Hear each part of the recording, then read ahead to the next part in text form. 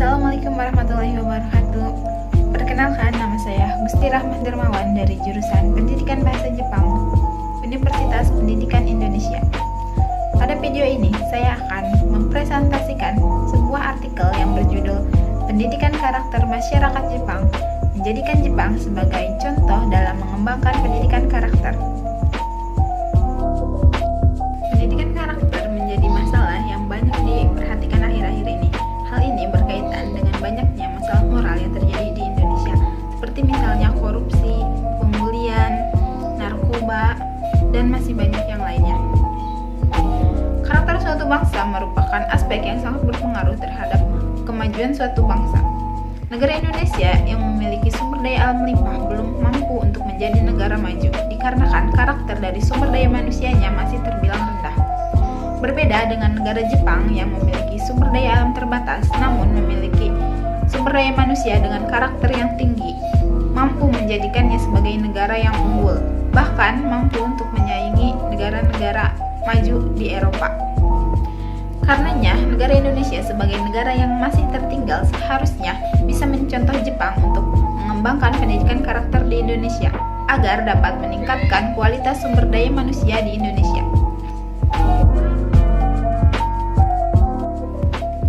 Masyarakat Jepang memiliki keunggulan karakter yang tidak dimiliki oleh masyarakat-masyarakat lain di dunia. Kerja keras, disiplin, tanggung jawab, dan rasa nasionalisme yang tinggi merupakan beberapa karakter unggulan yang dimiliki masyarakat Jepang. Faktor yang mengakibatkan masyarakat Jepang memiliki karakter unggulan adalah karena mereka sadar pentingnya pendidikan karakter. Karena itu, dari sejak taman kanak-kanak hingga perguruan tinggi, mereka memperoleh pendidikan karakter yang kemudian mereka terapkan dalam kehidupan sehari-hari. Pendidikan karakter masyarakat Jepang tidak bisa dipisahkan dari kebudayaan dan sejarah. Sejak zaman dahulu, masyarakat Jepang sudah dikenal sebagai masyarakat yang memiliki kedisiplinan yang tinggi, kerja keras, tanggung jawab, dan rasa nasionalisme yang tinggi. Kemudian, karakter-karakter tersebut mereka jaga dan mereka turunkan kepada generasi-generasi selanjutnya. Pendidikan karakter masyarakat Jepang diperoleh dari pendidikan formal dan pendidikan non-formal. Pada pendidikan formal, berbeda dari negara-negara lain, sekolah dasar di Jepang untuk 3 tahun pertamanya tidak mengadakan ujian. Siswa baru mendapatkan ujian ketika memasuki tahun keempat sekolah dasar. Pada 3 tahun pertama, mereka lebih difokuskan pada pendidikan karakter. Hal ini dilakukan karena pemerintah lebih mementingkan perilaku yang baik dibandingkan nilai yang bagus. Di sekolah Jepang juga pada umumnya tidak disediakan tukang bersih kelas. Membersihkan kelas dan lingkungannya sudah menjadi tanggung jawab para siswanya. Para siswa dibagi ke dalam kelompok piket untuk membersihkan kelas dan lingkungannya. Hal ini bertujuan agar siswanya dapat belajar bekerja sama, bertanggung jawab, dan menumbuhkan rasa memiliki terhadap fasilitas dan lingkungan sekolah. Sekolah Jepang juga mengajari dan menyediakan makanan sehat yang harus dikonsumsi para siswanya. Menu makanan disusun secara sama untuk semua siswa dan disediakan oleh koki yang berpengalaman. Hal ini dilakukan bertujuan untuk membiasakan siswa makan sehat secara teratur. Siswa di Jepang juga diajari seni tradisional, yaitu seperti haiku dan shodo. Dua seni tradisional ini diajarkan agar para siswa dapat menghargai seni tradisionalnya sendiri dan untuk melestarikannya ke generasi-generasi selanjutnya. Pendidikan karakter di sekolah Jepang banyak diajarkan dalam bentuk praktek langsung, seperti misalnya dalam mata pelajaran seikatsu atau kehidupan sehari-hari. Dalam pelajaran ini, siswa sekolah dasar diajarkan seperti tata cara menyeberang jalan ataupun adab di dalam kereta, yang tidak hanya berupa teori, tetapi guru juga mengajak siswanya untuk mempraktekannya secara langsung.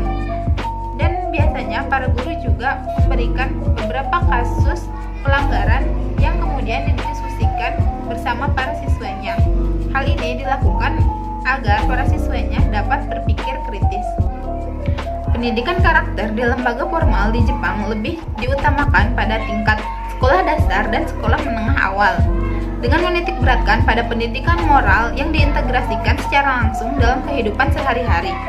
Dan untuk pendidikan sekolah menengah atas, pendidikan karakter diubah menjadi pendidikan kewarganegaraan. Prinsip dasar hidup inilah yang membuat masyarakat Jepang sangat disiplin dan sangat tertib. Selain mendapatkan pendidikan karakter dari lembaga formal atau sekolah, masyarakat Jepang juga mendapatkan pendidikan karakter di lembaga non-formal, yaitu keluarga, dari sejak dini. Di keluarga Jepang, peran yang paling berpengaruh dalam membangun pendidikan karakter adalah peran ibu. Dalam sistem pendidikan karakter di Jepang, peran ibu sangat diandalkan dalam membesarkan, mendidik, dan mengajarkan anak-anaknya di luar sekolah. Perempuan Jepang berpendapat bahwa semakin sukses mereka mendidik anak-anaknya, maka semakin besar pula penghargaan yang diberikan oleh masyarakat kepada mereka. Keberhasilan seorang ibu di mata masyarakat Jepang dilihat dari keberhasilan anak-anaknya.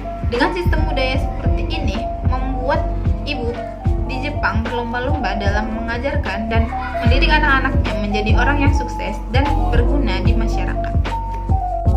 Di dalam lingkungan keluarga juga terdapat peraturan yang dapat melatih kedisiplinan anak, seperti misalnya menyimpan kembali sesuatu pada tempatnya,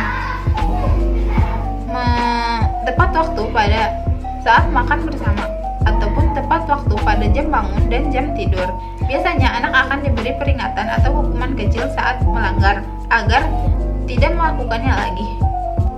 Keluarga sebagai lingkungan pendidikan karakter pertama dan utama memainkan peran yang sangat signifikan dalam pembentukan karakter masyarakat Jepang. Orang tua di Jepang sadar bahwa pembentukan karakter anak merupakan tanggung jawab utama mereka, bukan tanggung jawab sekolah tempat anak mereka sekolah ataupun tanggung jawab masyarakat tempat mereka tinggal. Kesimpulannya, keberhasilan negara Jepang dalam membangun negaranya menjadi negara maju di berbagai bidang selain didukung oleh nilai-nilai budaya, juga didukung oleh sumber daya manusianya yang memiliki karakter unggul yang diperoleh dari pendidikan karakter baik di lembaga formal maupun di lembaga non-formal. Pada dasarnya, yang paling menentukan keberhasilan pendidikan karakter masyarakat Jepang adalah pada implementasinya di kehidupan nyata. Pendidikan karakter masyarakat Jepang tidak hanya diajarkan secara teori, tetapi lebih mengutamakan kepada realisasinya dalam kehidupan sehari-hari. Di lembaga non-formal, pendidikan karakter diajarkan di keluarga. Di dalam keluarga Jepang, yang paling berperan dalam pendidikan karakter adalah peran ibu. Adapun pendidikan karakter dalam masyarakat lebih mengacu pada penanaman kedisiplinan agar masyarakat patuh hukum dan tidak melanggar norma ataupun aturan yang berlaku di masyarakat. Sekian dari saya. Wassalamualaikum warahmatullahi wabarakatuh.